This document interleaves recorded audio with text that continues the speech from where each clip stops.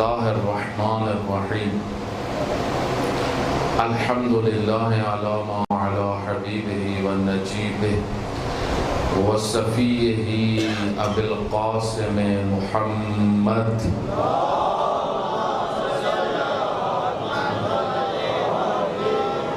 وعلی آلہ الطیبین الطاہرین المعصومین المظلومین الذین اذهب اللہ عنہم الرجس وطہرہم تطہیرا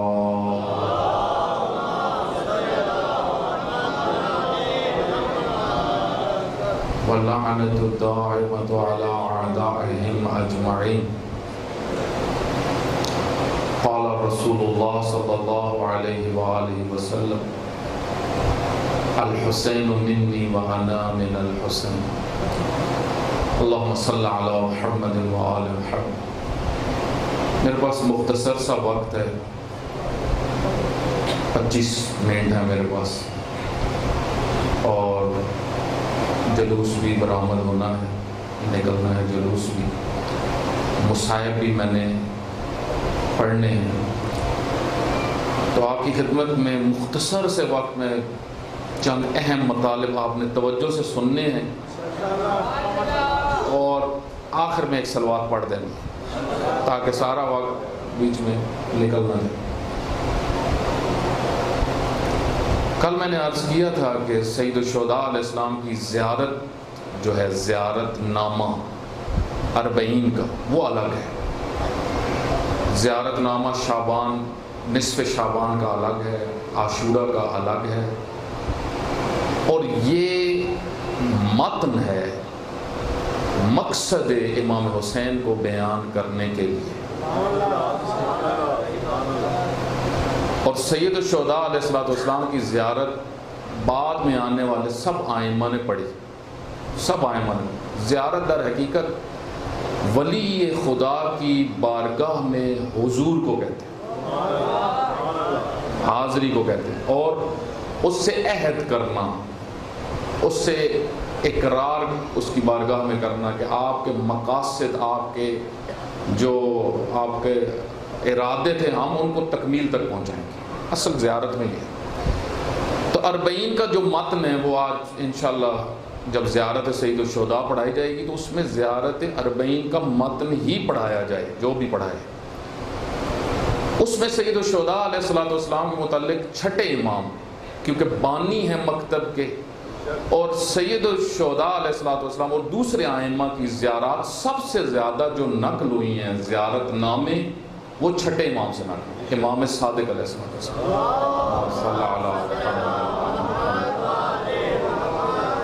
امام نے پوری جو سارا نصاب ہے تشیع کا، وہ تدوین کیا ہے، نصاب، تاکہ شیعہ وہ پڑھیں اور شیعہ بنیں،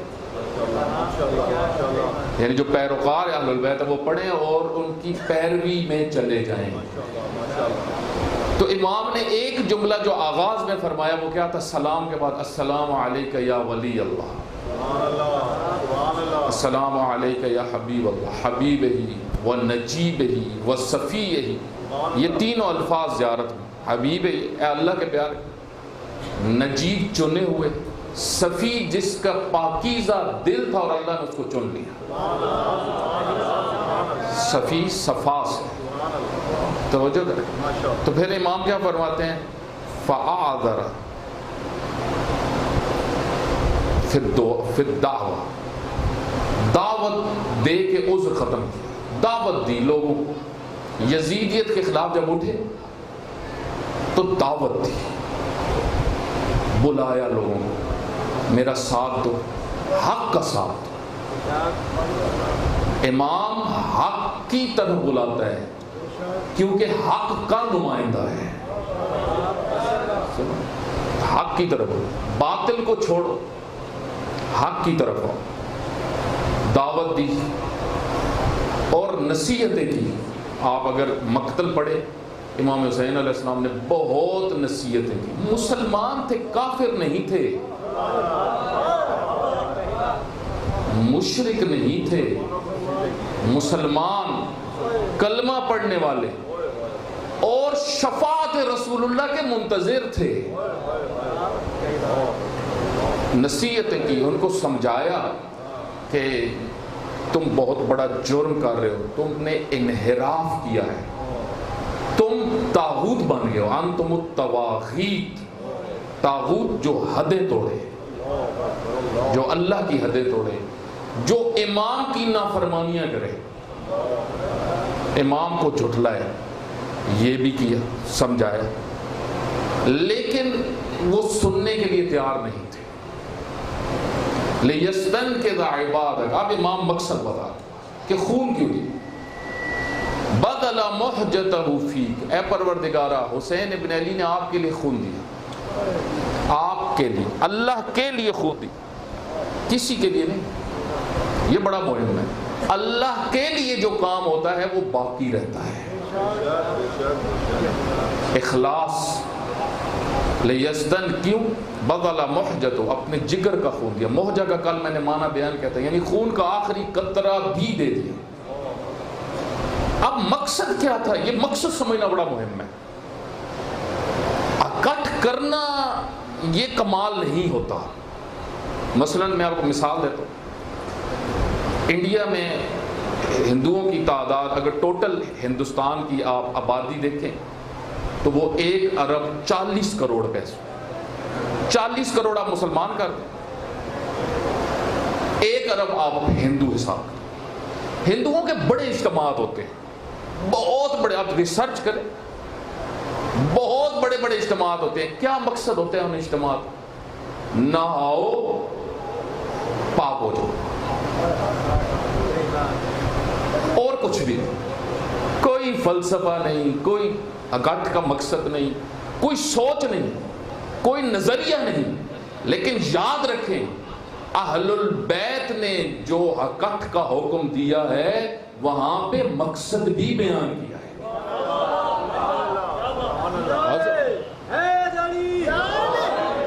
اجتماع کا مقصد ہے. اگر جمعے کا اجتماع اس کا مقصد، آپ دیکھیں جاذبہ ہے اہل بیت میں، جاذبہ ہے. سید الشہداء دنیا کی پرجاذب ترین شخصیت. ایک عیسائی نے لکھا ہے، کرسچنز نے بہت لکھا ہے امام حسین علیہ السلام کے بارے میں، یا لبنانیوں نے، خاص طور پہ لبنانی کرسچنز ایک بڑی تعداد. جس طرح جورج جرداق حضرت علی علیہ السلام کا عاشق تھا، کرسچن تھا، اس نے 1000 صفحے میں کتاب لکھی، علی عدالت کی آواز، علی انسانیت کی آواز. وہ کہتے ہیں اتنے عاشق تھے حضرت علی علیہ السلام کے، ان کے گھر کے باہر جو تختی لگی ہوئی تھی اس کے اوپر لکھا ہوا تھا لا سیف الا، لا فتح الا علی، لا سیف الا ذوالفقار. توجہ کر، ایک کرسچن اتنا عاشق.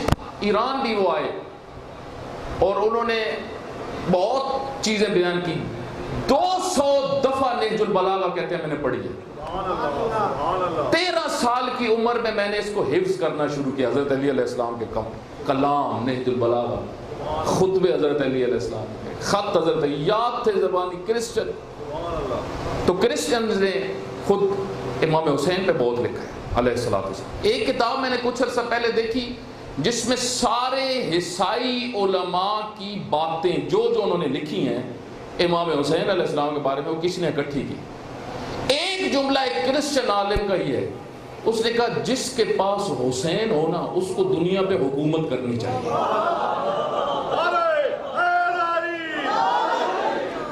توجہ، امام کے وجود میں وہ طاقت ہے.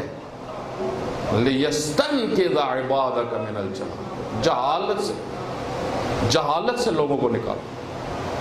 کل میں نے بیان کیا تھا، اس کو میں انشاءاللہ بعد میں جب مجھے آج آخری مجلس کی توفیق ہوگی جو ہونی ہے 2 بجے کے قریب، تو وہاں پہ میں انشاءاللہ اس موضوع کو تھوڑا سا اور بیان کروں گا. ایک عنوان میں نے اور 5-1 منٹ بیان کر کے پھر مسائل کی طرف آتا ہوں. جہالت کی 4 چیزیں ہیں قرآن نے جو بیان کی جس سے امام نے لوگوں کو نکالا.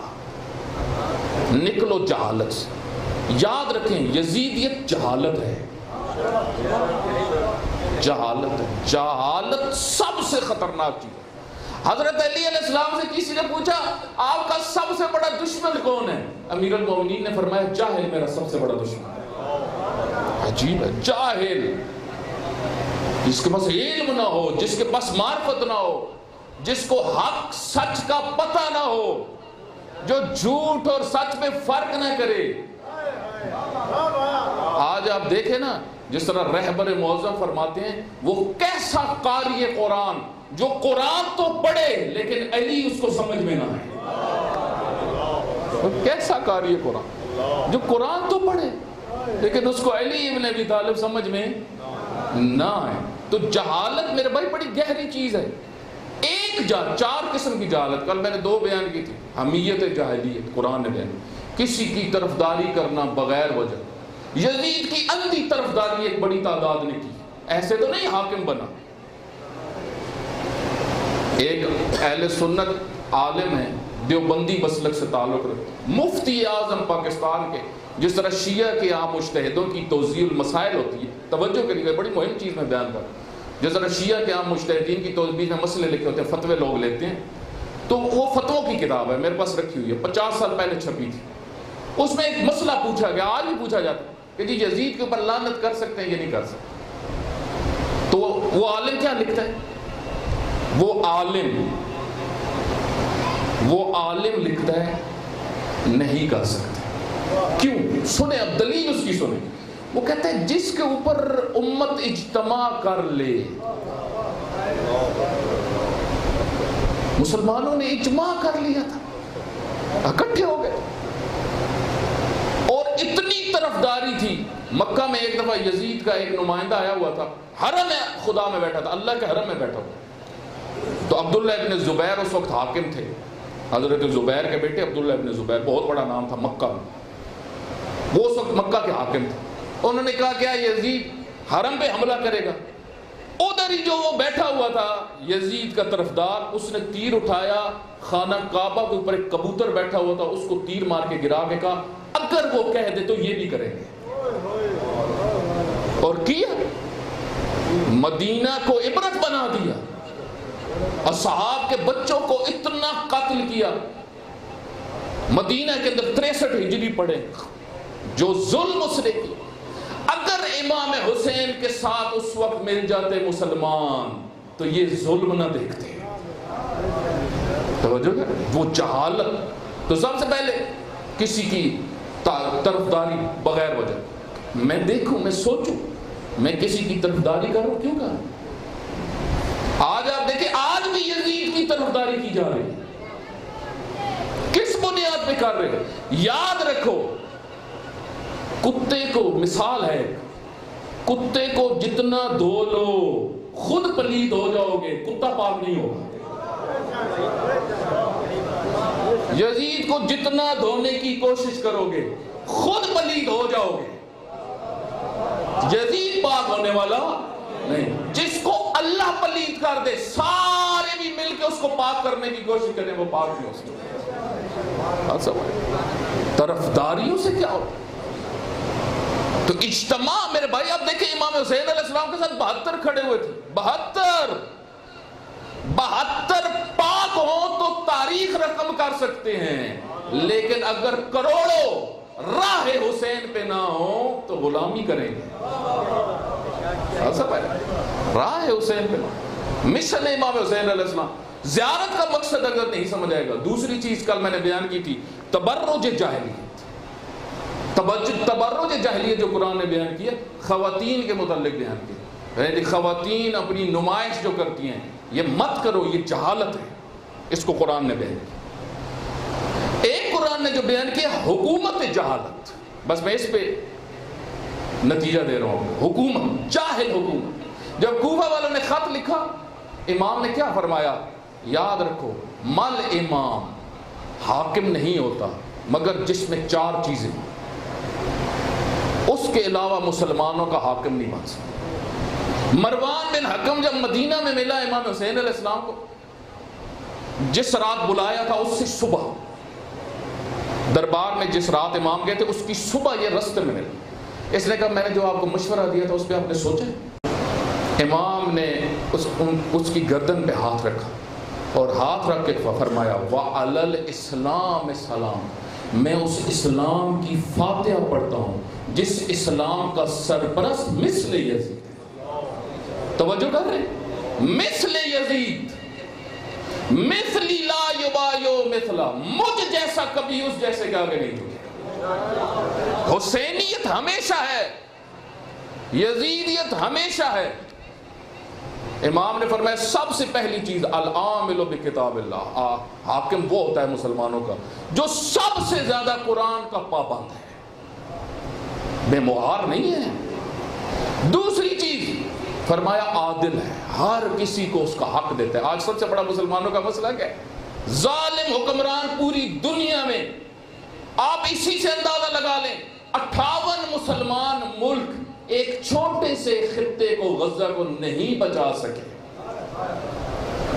نہیں بچا سکے۔ آج آپ دیکھیں نا، میں آپ کو ایک مثال دیتا ہوں، اگر اس آپ کے علاقے میں خدا نہ خواستہ بچوں کو کوئی بم مار کے مار رہا ہو، اور آپ ساتھ والے علاقے کی شیعہ کو بلا رہے ہوں اور کوئی بھی آپ کا ساتھ دینے کے لیے تیار ہو، آپ کیا سوچیں؟ کیا لوگ ہیں؟ انگریز نکل آئے، یہ نہیں نکلے۔ ان کو کیا پلایا گیا ہے؟ کون سا نشہ انہوں نے پیا ہوا ہے کہ یہ جاگ نہیں رہے؟ یقین کر لیں جب امام حسین علیہ السلام اٹھے، امت نے اسی طرح کا نشہ پیا ہوا تھا۔ یزیدیت نشہ پلاتی ہے، مست کر دیتی ہے۔ اتنی مست ہوئی امت، اتنی مست ہوئی، اتنی مست ہوئی کہ حسین ابن علی کو گھر چھوڑنا پڑا، امت نہیں ہلی۔ مکہ سے حج احرام کھولا، امت نہیں ہلی۔ کوئی حاجی، عام حاجی بھی احرام کھولے، لوگ پوچھتے ہیں ہوا کیا، امت نہیں ہے۔ کیوں؟ نشے میں تھی، مست۔ امام نے خطبے کس لیے تھے؟ نشے سے نکلو، نشے سے نکلو۔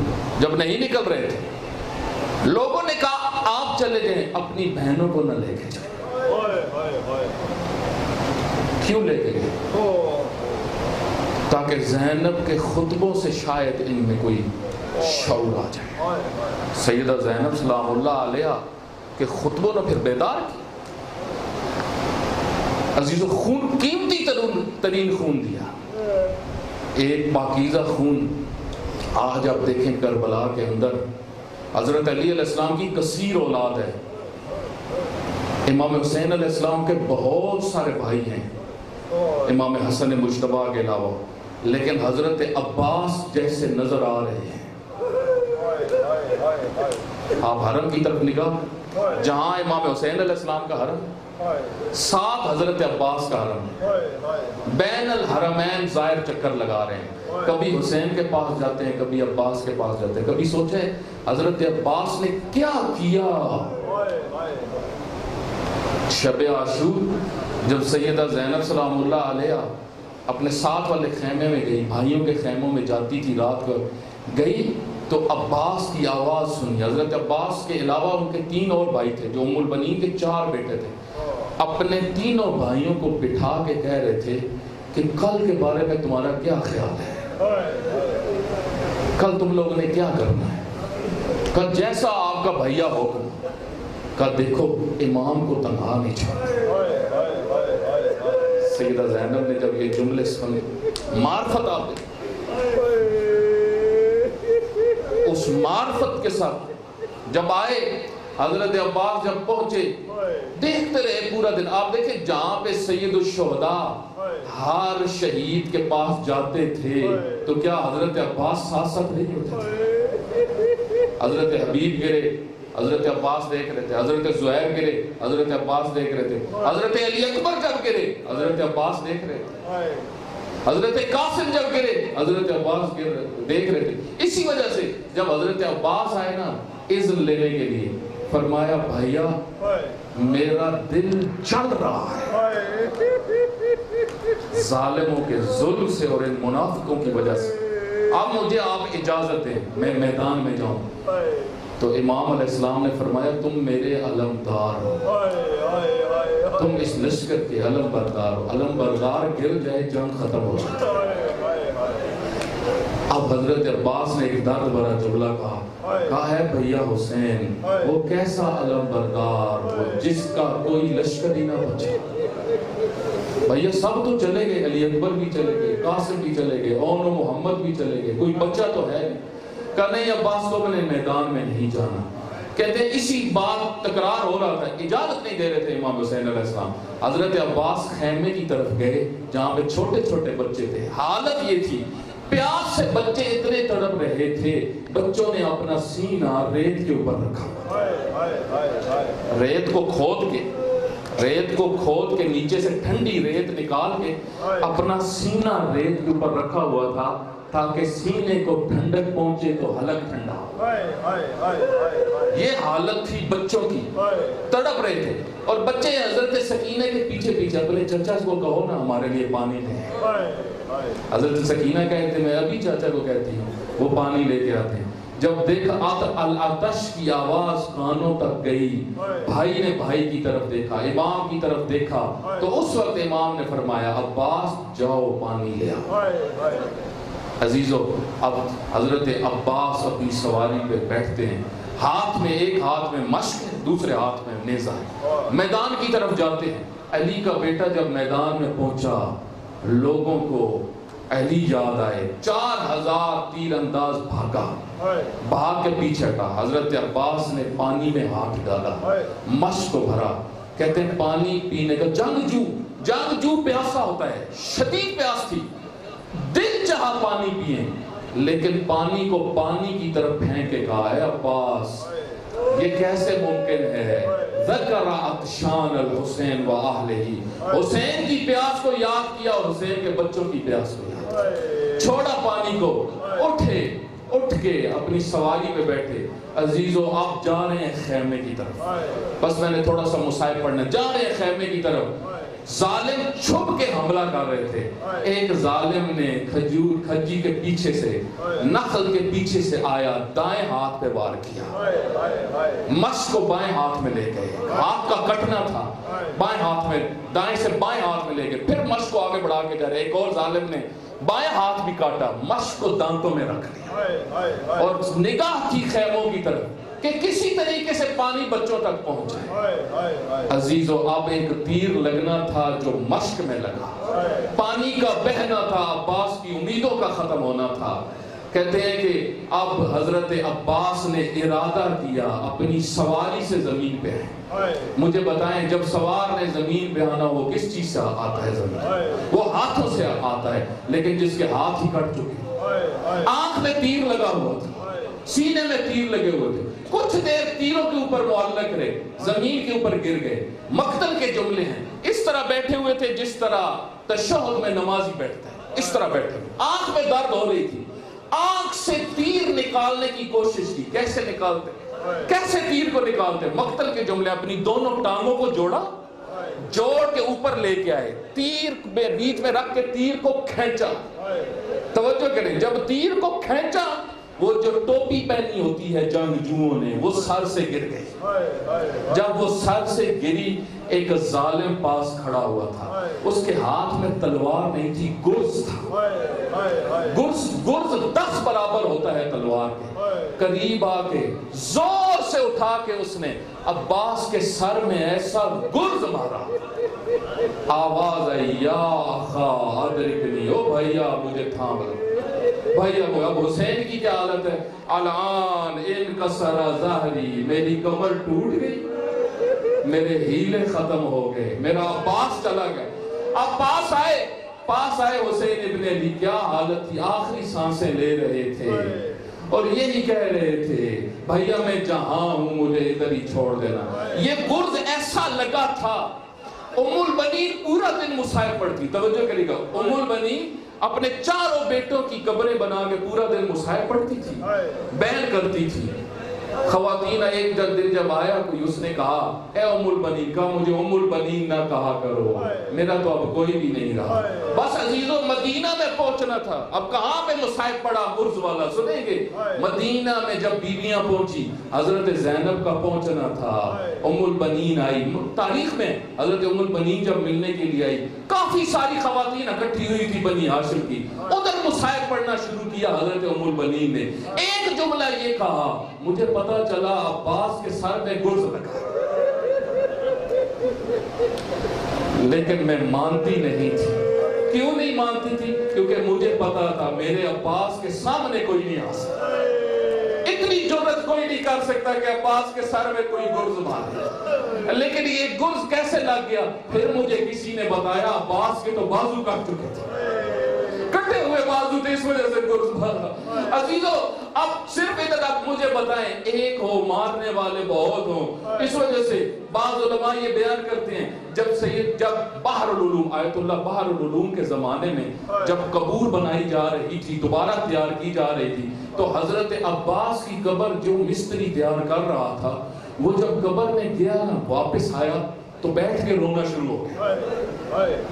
جب بیٹھ کے رونا شروع ہوا تو علامہ بحر العلوم نے پوچھا تم رو کیوں رہے ہو؟ کہا ہے بحر العلوم ہم نے تو سنا ہے کہ حضرت عباس بڑے قداور تھے، جب سواری پہ بیٹھتے تھے پاؤں زمین پہ لگتے تھے، لیکن قبر تو زیادہ بڑی نہیں ہے، قبر تو چھوٹی سی ہے۔ اس وقت بحر العلوم نے فرمایا نہ خود رو نہ مجھے رونا، حسین ٹکڑے چنتے ہیں، حسین ٹکڑے چنتے ہیں۔